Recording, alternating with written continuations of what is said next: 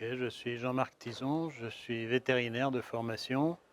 J'ai exercé pendant 28 ans, j'ai soigné les chiens et les chats en faisant un petit peu de botanique en parallèle. J'ai arrêté quand j'ai eu de quoi être rentier à vie. Cela dit, je suis rentier mais pas retraité, donc officiellement maintenant je suis artiste. C'est-à-dire que j'écris des bouquins. Voilà, donc en l'occurrence Flora Gallica, bon je connais un peu les plantes quand même. En tant que botaniste, je suis un simple amateur, mais éclairé on va dire. C'est un projet d'étude des hiéraciums des Pyrénées, c'est-à-dire des épervières des Pyrénées. C'est un genre qui fait arracher les cheveux de la plupart des botanistes, sauf les chauves. Et donc, là, en l'occurrence, on a un projet d'étude génétique à grande échelle là-dessus, et ça vaut le coup d'être signalé quand même. Bon, ben on va parler des hiéraciums. C'est un projet de Gilles Corriol, en fait, et pas... donc c'est plutôt l'inverse. C'est Gilles Corriol réalisé avec Jean-Marc Tison. Il ne pouvait pas venir ce soir parce qu'il est mycologue, donc il est sur le terrain, mais c'est lui qui aurait dû le présenter.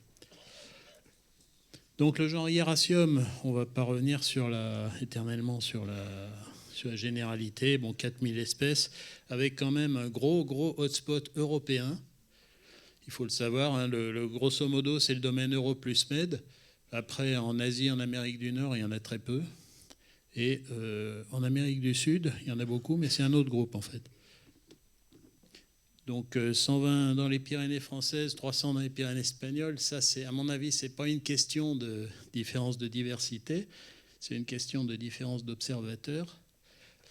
Côté Espagne, c'est mon collègue et néanmoins ami Gonzalo Mateo. Côté français, c'est Gilles et moi. Et bon, on se respecte beaucoup mutuellement, on ne meurt pas sur le territoire de l'autre, mais on n'a pas les mêmes valeurs. Et je ne sais pas qui a raison, parce que vous allez voir, les deux points de vue sont compréhensibles.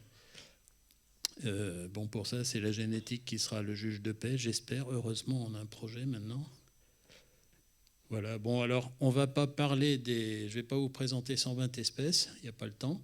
On va parler des sections à hotspot pyrénéen, enfin, diversification pyrénéenne, c'est-à-dire environ 8 sections.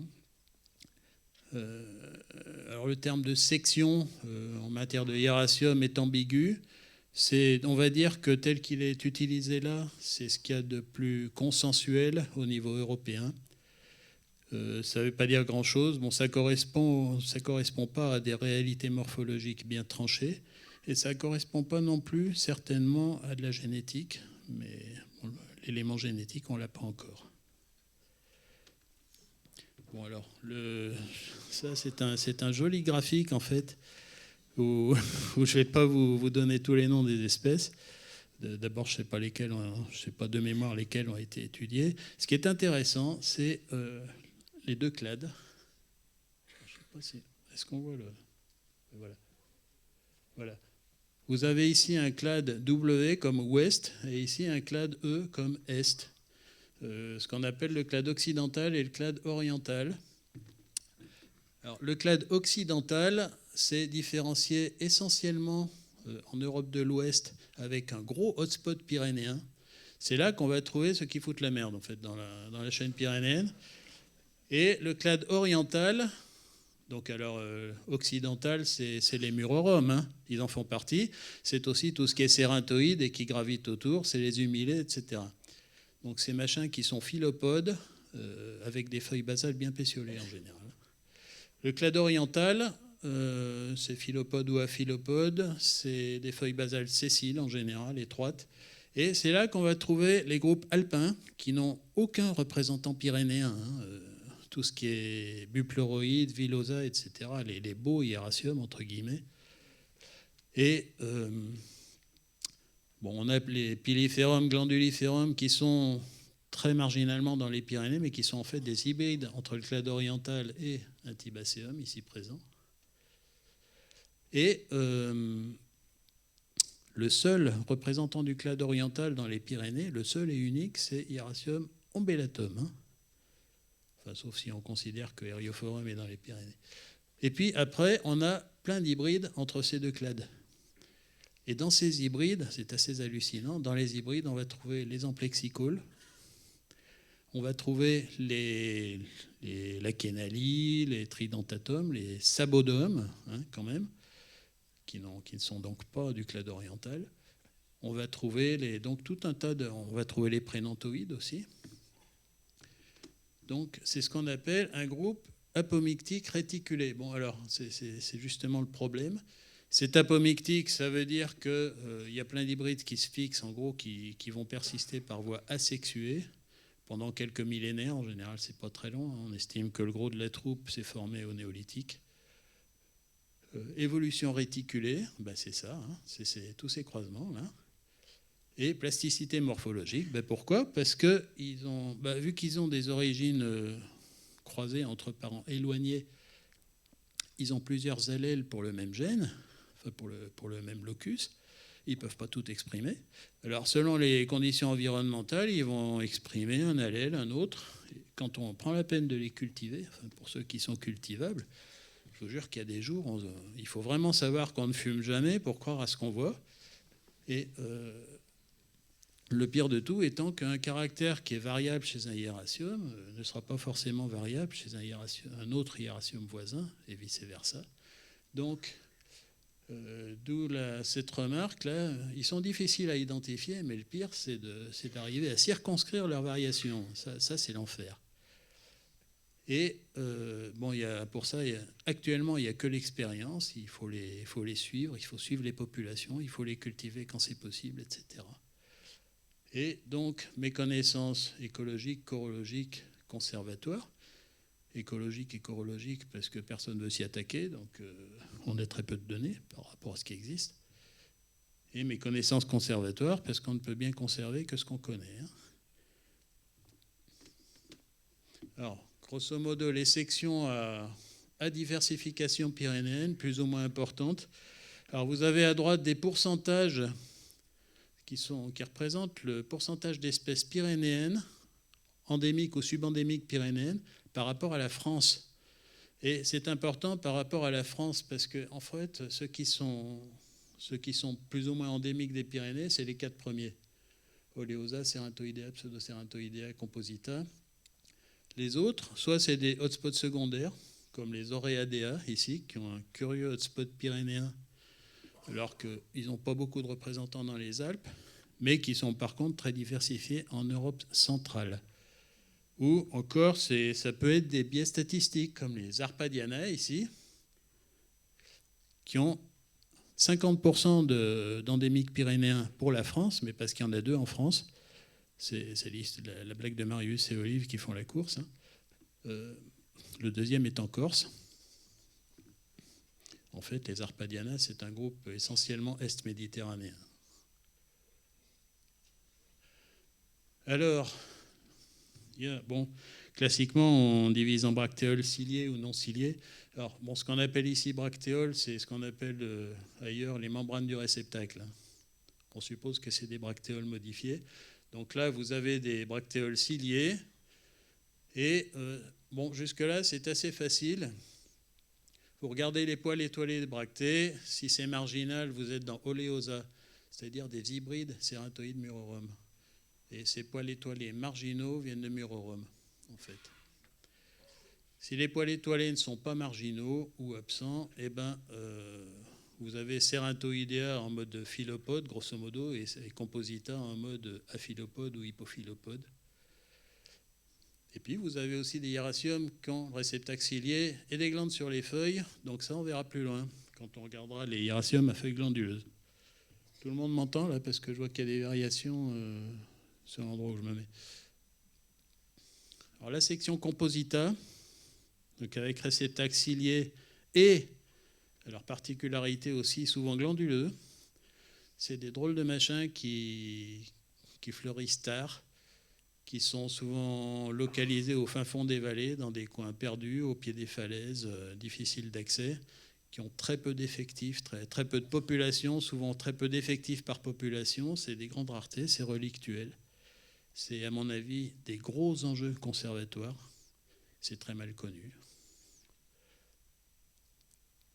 Donc voilà, grosso modo, un check-up des Composita. Alors un groupe un groupe qui existe en gros depuis le sud-ouest du Limousin jusqu'au système ibérique, on va dire, mais avec l'essentiel de ces taxons dans la moitié est des Pyrénées. Donc, en plus, la plupart sont bien circonscrits morphologiquement, ils ne posent pas de problème, sauf un, Plecophyllum, ici, en vert. Plecophyllum qui est présent dans la montagne noire, les Pyrénées orientales, essentiellement la limite Corbière, Pyrénées-Orientales, Donezan, Parlin, Vallée de l'Aude, etc. Hieracium plecophyllum, c'est historiquement 5 ou 6 populations. Actuellement 3, on en a retrouvé 3. C'est une espèce qui a des problèmes et chaque population est différente. Donc c'est le seul qui a ce type de diversité parmi les composita. Donc évidemment, on recherche les populations perdues. Alors les cérinthoïdes, bon classique, il y en a plein dans les Pyrénées, vous ne pouvez pas faire un pas sans voir un cérinthoïde. Alors vous avez ici, vous voyez ce réceptacle qui a un aspect tomenteux, parce que c'est des poils très courts et ramifiés, et très très denses. Il y a presque plus de membrane en fait, il n'y a plus que des poils très courts, très denses et ramifiés. J'insiste sur ramifiés. Ça fait du velours. Bon, c'est assez typique de cérinthoïdes. Cela dit, quelques cérinthoïdes n'ont pas ça. Ils ont des poils normaux. Alors quelques exemples, hein, c'est très diversifié dans la chaîne. Il y en a qui sont très jolis, très ornementaux, comme ces machins-là, à feuilles soyeuses, argentées. Là.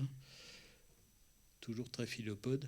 Et voilà, en gros, une estimation de la répartition actuelle des cérinthoïdes dans les Pyrénées, avec deux espèces en dehors, en fait, l'Ausonie et, je ne sais plus comment s'appelle l'autre, Rimigenum.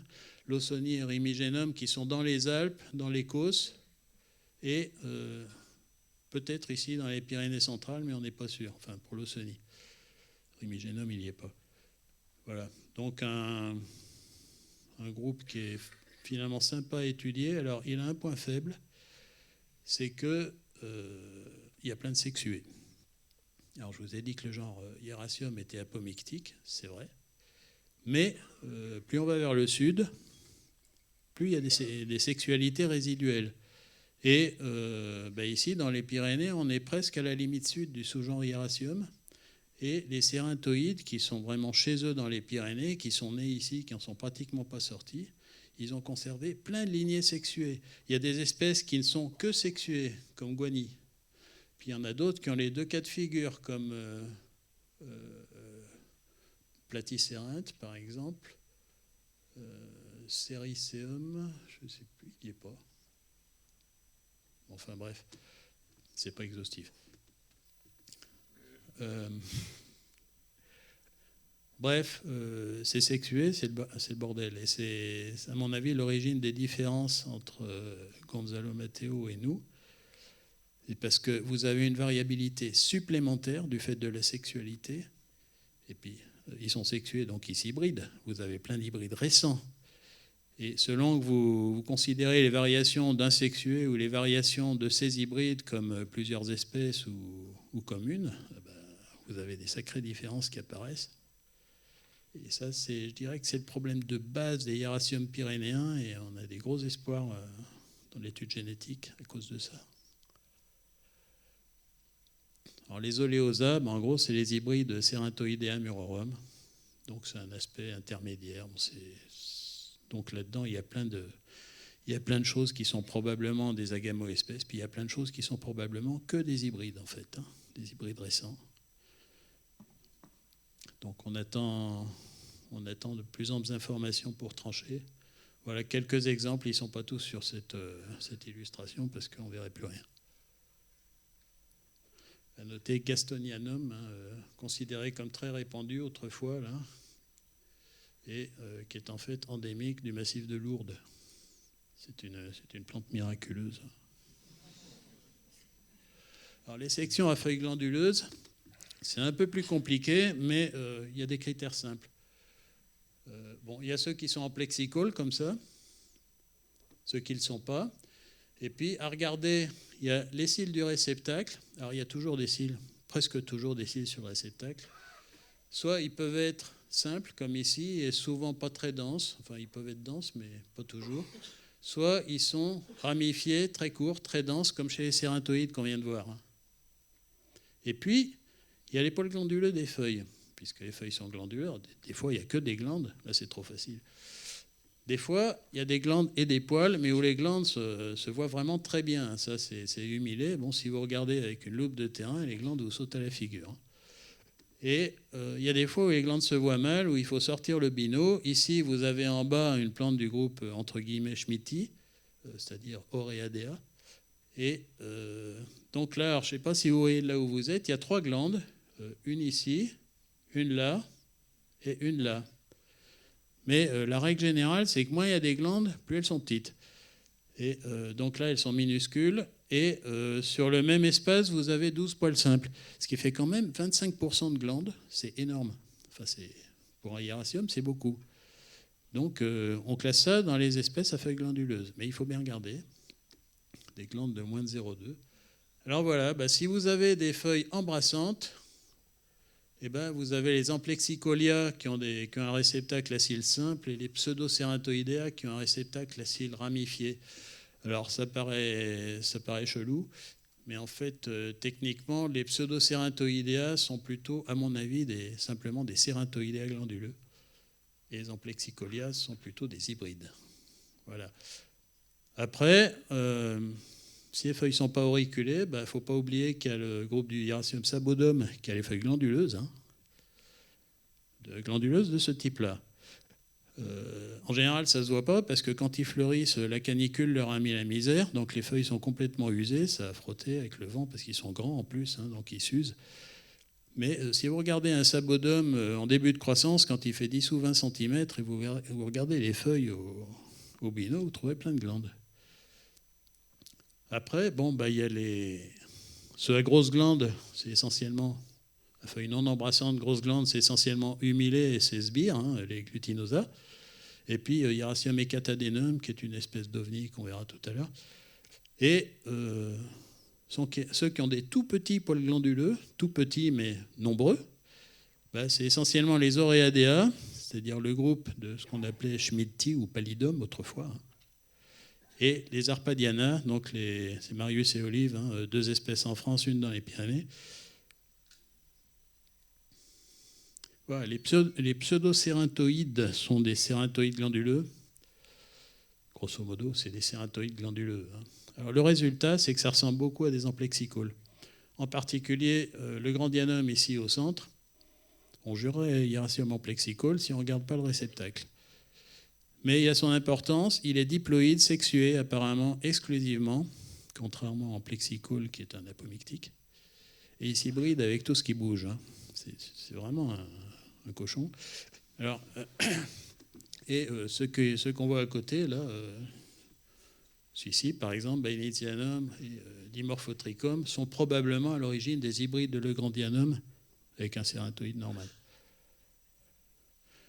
Alors voilà une idée de la répartition de ces pseudocérantoïdes, avec un gros spot à l'est quand même. Et il y en a un qui sort des Pyrénées, en fait, c'est pseudocérinthe, le type de la section, qui est limite plus commun dans les Alpes. Puis il y a aussi, comment il s'appelle, Usenicum dans les Alpes. Les amplexicolia. Donc, vous connaissez tous Hieracium amplexicole avec ses feuilles qui pèguent, parce qu'elles n'ont que des glandes, elles n'ont pas de poils simples, avec des dérivés qui sont plus ou moins, probablement plus ou moins hybrides, en fait, au moins introgressés, comme les Blanquetianum. Bon, Blanquetianum, le représentant pyrénéen du groupe Viscosum ramosissimum, qui est assez stable, ma foi, et qu'on peut considérer comme séparé, ou Neopicris ici, qui sent bon, qui a une bonne odeur de gène d'Intibacéum avec ses corolles jaunes soufre. Donc ça, ce sera des choses à préciser. Voilà, en gros, les amplexicolia pyrénéens, endémiques des Pyrénées, je rappelle, ne sont pas très nombreux, ça fait quand même un pourcentage qui n'est pas négligeable pour la France.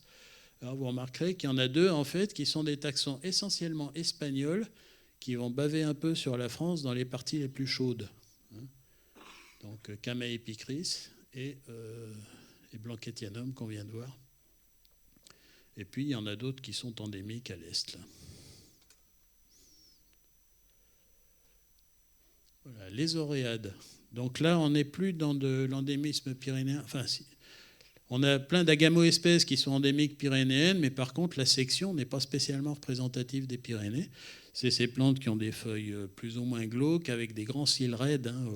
C'est ces fameux cils subégaux qui bordent les feuilles, là, qui atteignent 2 mm. Bon, pas chez toutes les espèces, mais enfin, les cils sont toujours présents, avec des toutes petites glandes entre les cils. Donc vous avez ici quelques exemples de taxons pyrénéens. Je crois qu'on voit bien les cils sur le... Enfin, j'espère. On le voit sur la photo d'origine, sur le Buglossoides, ici. Et alors, c'est assez étrange. Bon, dans les Pyrénées, ils sont dans la moitié est, pratiquement, avec la limite ouest ici, avec Chrysoglossum, qui est surtout espagnol. Et ici... à la frontière Aude-Ariège, Pyrénées-Orientales, avec en particulier sur le Donezan, là on a un énorme spot d'Oréadea, où on a des populations où on voit 5 espèces en mélange, et le pire c'est qu'on les reconnaît. Ça ne pose pas trop de problèmes de diagnose. C'est un groupe où il n'y a apparemment pas de sexualité, donc ce qui relève simplement de la hiéraciologie analytique de base. Quand on s'y colle, on arrive à s'y retrouver. Voilà les fameuses Arpadiana, donc qui étaient méconnues en France, avec Hieracium capsiriense, qui ne paye pas de mine. Hein, on dirait un Olivaceum, un Oleosa, sauf que les feuilles sont pleines de glandes, mais elles sont pleines de glandes au point d'être un peu pégueuses. Hein, c'est un peu grassouillé, au toucher, c'est très particulier. Donc une plante qui a quand même été décrite il y a très longtemps, donc ici endémique, jusqu'à nouvel ordre endémique, Cerdagne, Capcir, et j'ai supposé qu'il débordait sur l'Espagne parce qu'il est par exemple, il est à Font-Romeu, sur la frontière.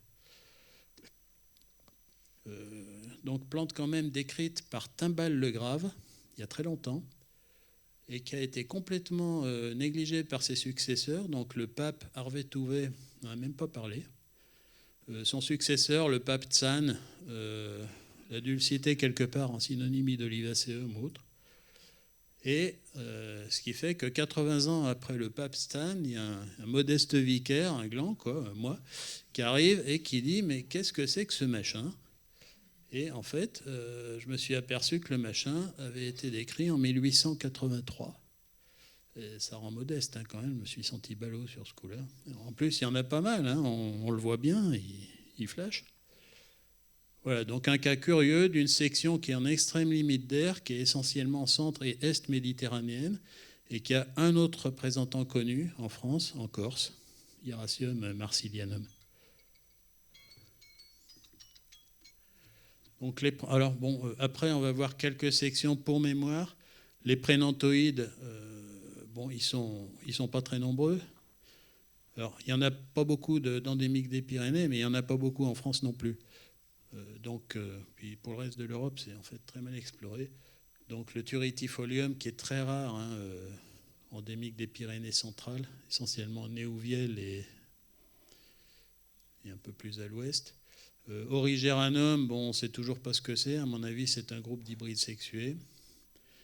Et Hieracium sp, ici, donc un taxon qu'on a trouvé dans le Val-Espire et qui est manifestement pas décrit. Alors, c'est amusant de savoir que ces taxons ont visiblement une parenté avec Hieracium praenantoides, sachant qu'Hieracium praenantoides est endémique des Alpes occidentales, des Alpes françaises et un petit bout des Alpes italiennes. Hieracium praenantoides, qui est un cas particulier parce que c'est un interclade hybride entre le clade oriental et occidental qui est resté diploïde et sexué, ce qui est quand même très fort. Il est très fertile, hein, il n'y a aucune trace de stérilité. Donc actuellement, il est endémique des Alpes occidentales, mais il y a des dérivés apomictiques du praenantoides depuis les Pyrénées jusqu'aux Carpates, ou depuis les Carpates jusqu'aux Pyrénées, si on a les yeux fixés sur la ligne bleue des Vosges. Donc, c'est quand même un cas intéressant, je trouve, d'une espèce mère qui a soit beaucoup régressé, ou alors soit dont les descendants ont eu beaucoup de succès. Voilà. Donc pour les Pyrénées, c'est assez modeste, hein. On a 4 taxons, dont le SP, hein, ici à l'est, qui n'est pas décrit. Bon, les sabodas, comme leur nom l'indique, n'existent pas en Savoie. Enfin, s'il y en a, je crois.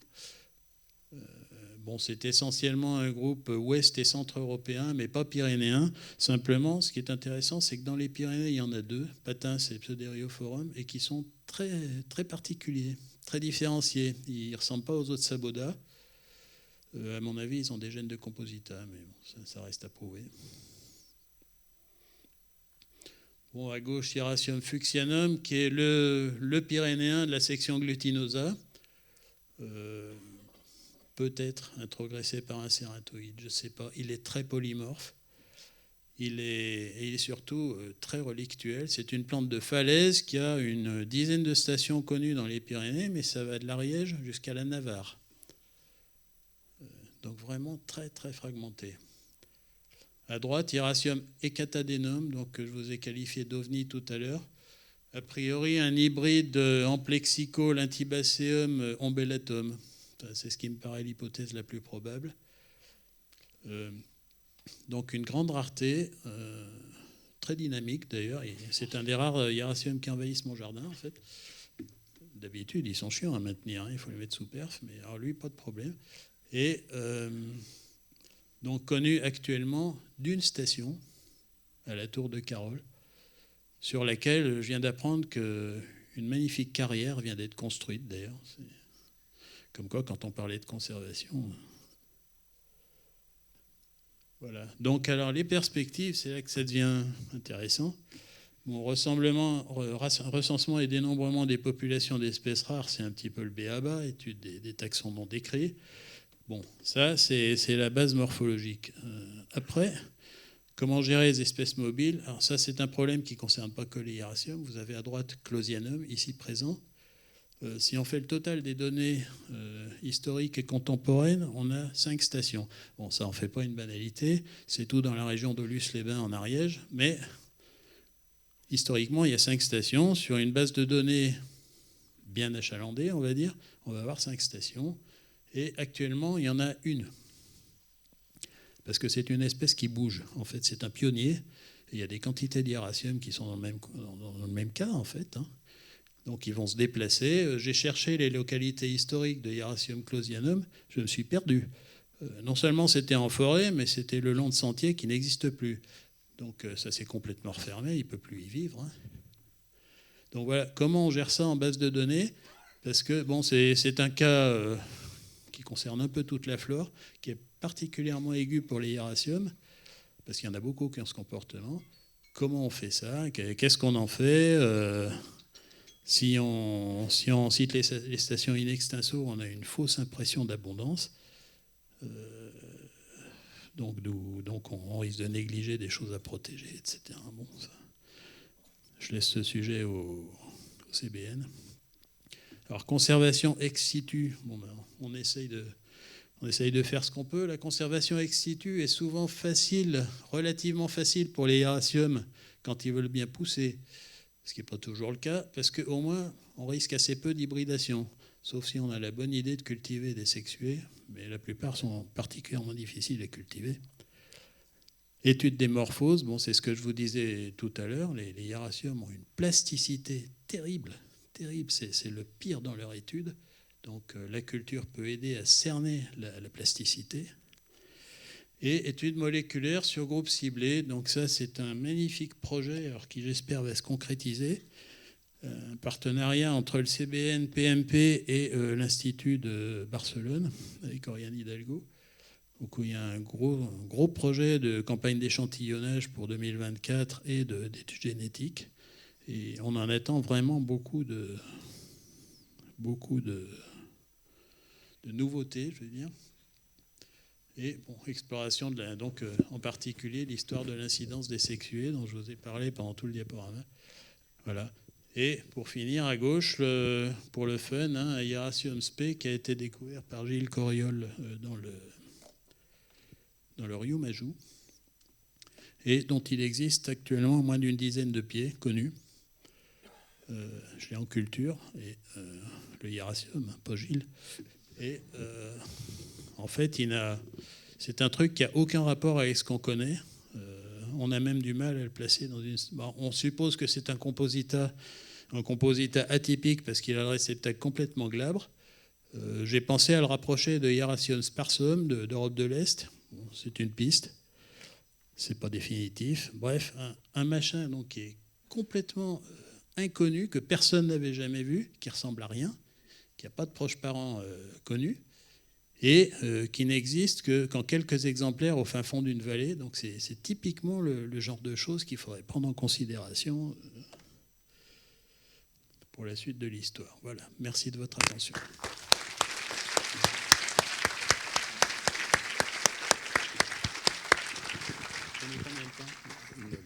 Merci Jean-Marc. On va prendre une question pour Jean-Marc et puis vous pourrez après poursuivre. Pas de questions. Moi, j'en ai une juste sur le terrain, Jean-Marc. Parce que, évidemment, quand on n'a pas ton expertise en la matière, on prend des échantillons et après, on transpire un peu, rentrer chez soi, même si là, ça va nous aider beaucoup. Sur le terrain, les critères, peut-être, qu'il faut remarquer et qui pourraient être moins visibles sur échantillon. La couleur des feuilles. La couleur des feuilles, par exemple. Je trouve qu'en matière d'Hieracium, on a beaucoup progressé depuis qu'on fait de la photo, en fait. Ça rejoint ce que disait Erol hier. La photo seule ne suffit pas, l'herbier seul ne suffit pas. Il n'y a qu'à voir le nombre de lièvres qu'on lève en explorant les anciens herbiers. Mais l'association des deux, c'est assez intéressant, vraiment, comme résultat. Ok, bah écoute, on va retenir ton conseil. Merci beaucoup.